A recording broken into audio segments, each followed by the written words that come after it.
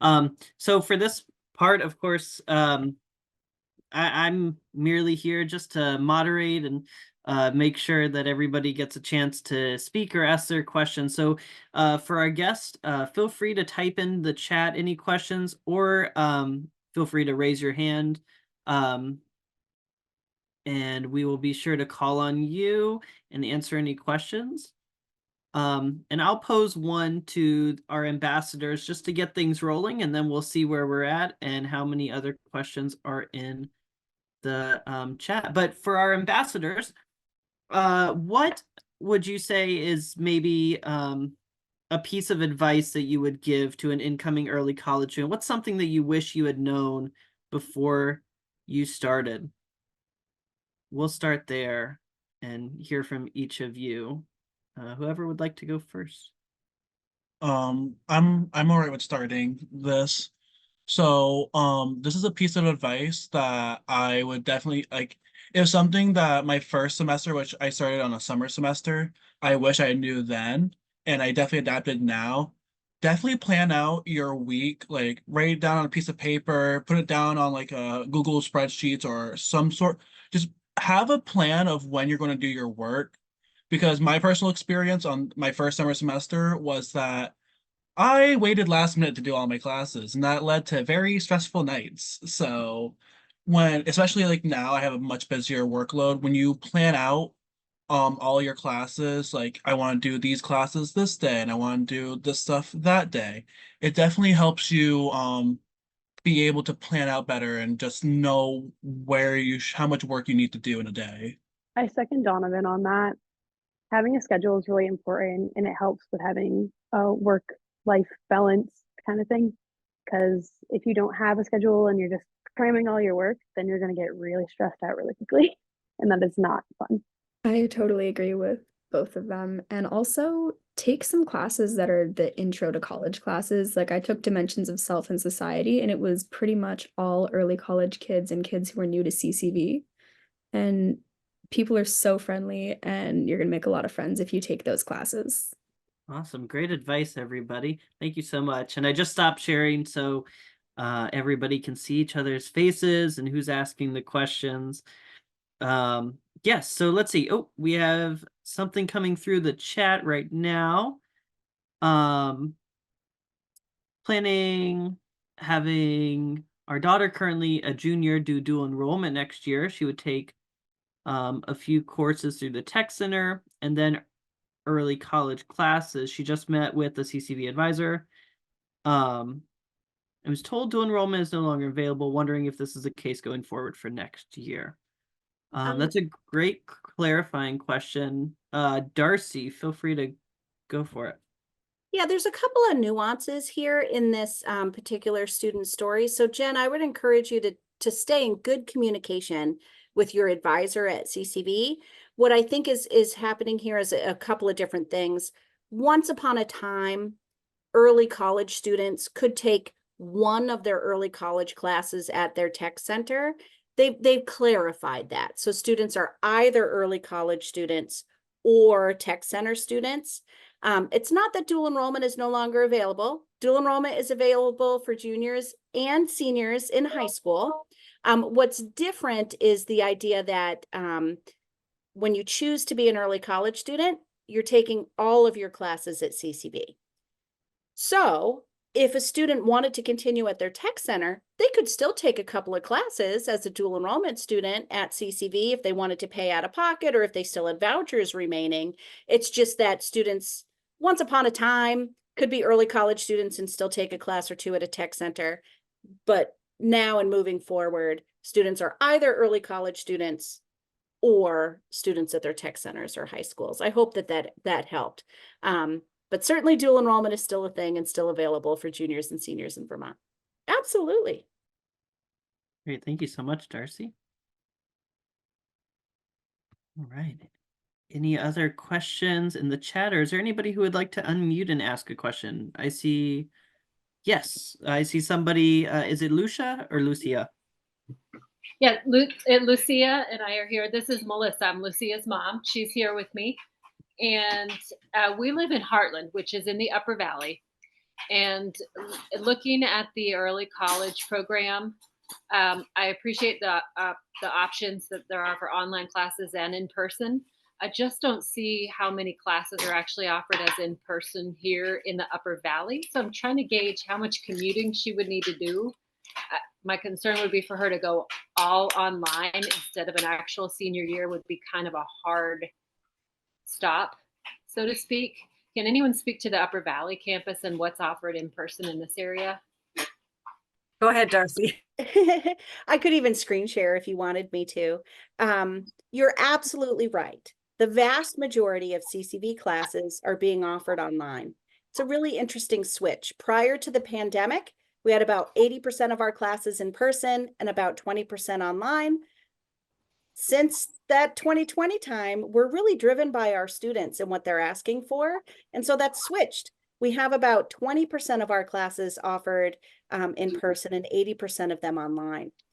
We really love it when early college students take their classes in person. We love it when all students take their classes in person, but the vast majority of early college students do some kind of a mix throughout their year or two in the early college and free degree promise program.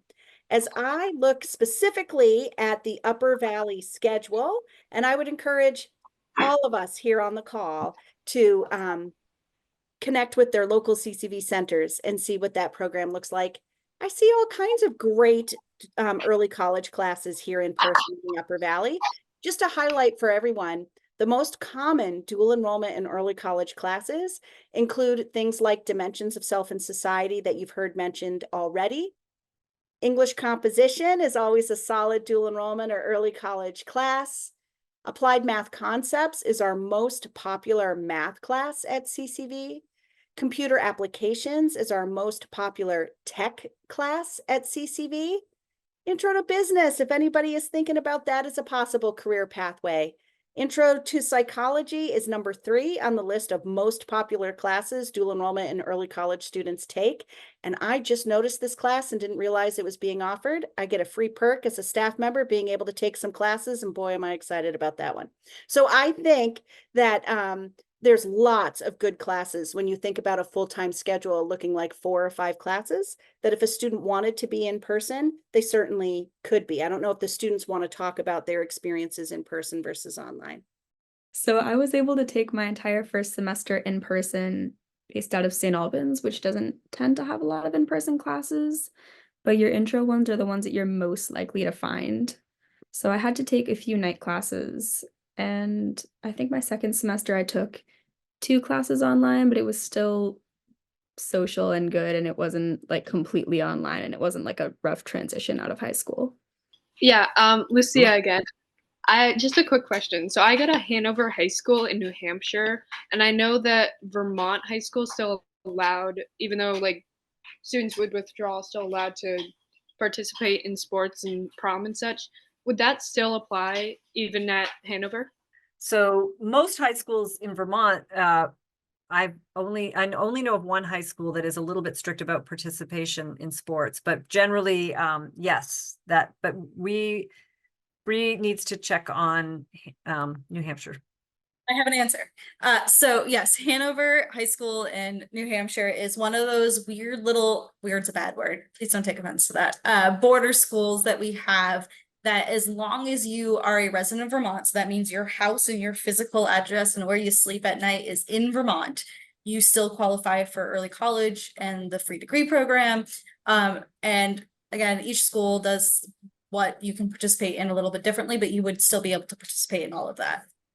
But Hanover is one that has an AOE agreement for students who are living in Vermont. Okay, perfect. Thank you so much. Yeah, no problem. So we have a question in the chat about planning on applying to UVM and transferring after their time at CCV. Will all the CCV credits transfer to UVM after?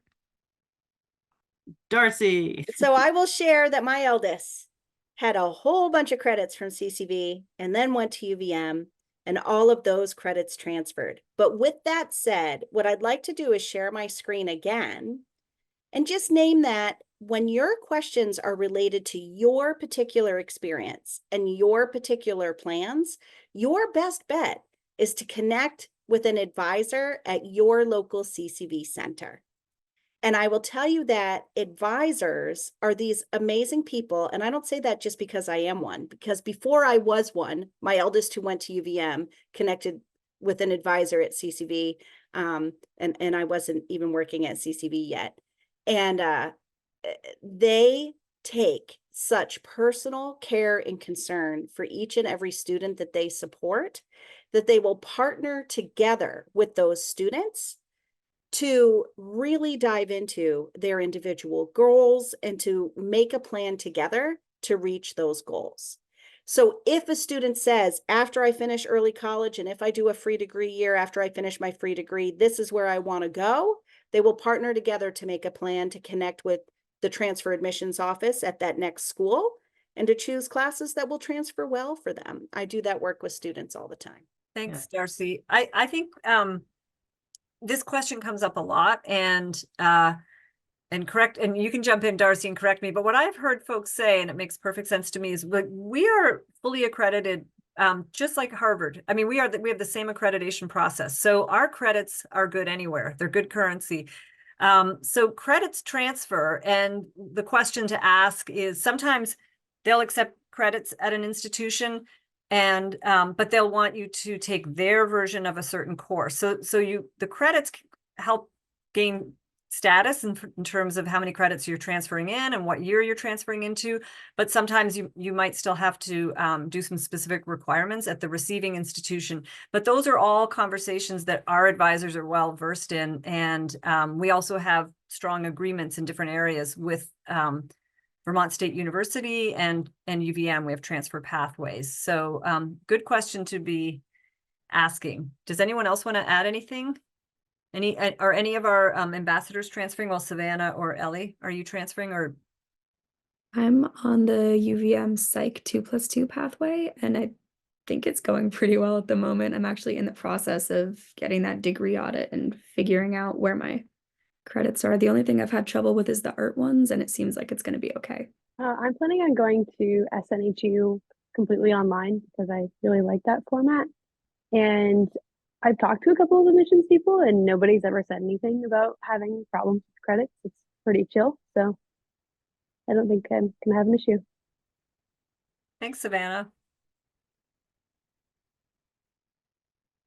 All right. Well, I see that we have about 2 more minutes left of our scheduled time together. So I want to give the ambassadors the last word since they've dedicated the hour. They're ambassadors.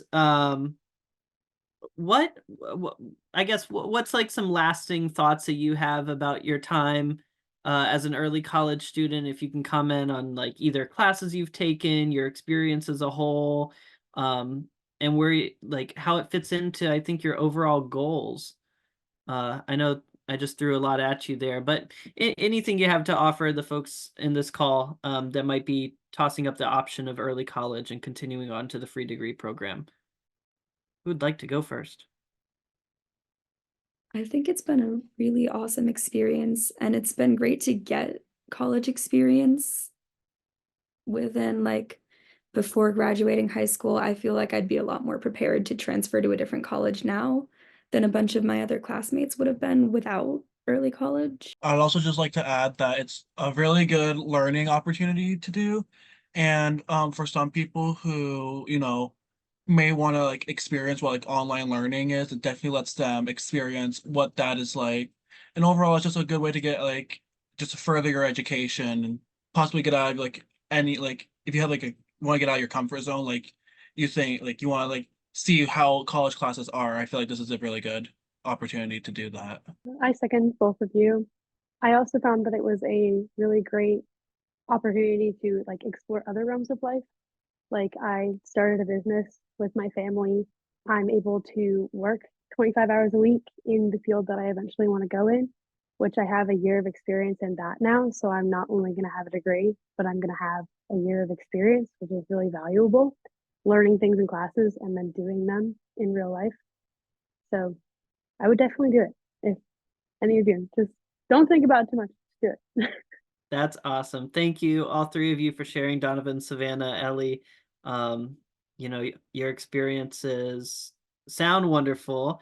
And I hope that, you've benefited from them and it'll have lasting impacts on your success. So thank you so much for also being with us this afternoon. Consider yourselves an inspiration, because you are, and hopefully you inspire some other folks to follow in your paths. So thanks so much. And I know we will be around, the folks from CCV, Sarah, Brianna, Nikki, myself, Darcy, to answer any lingering questions. And of course, you can always reach out to us. Yeah, so here's for more information, and here's all of our email addresses. So if you need to reach out to us, feel free to take a little picture, screenshot your screen right now. More than happy to help.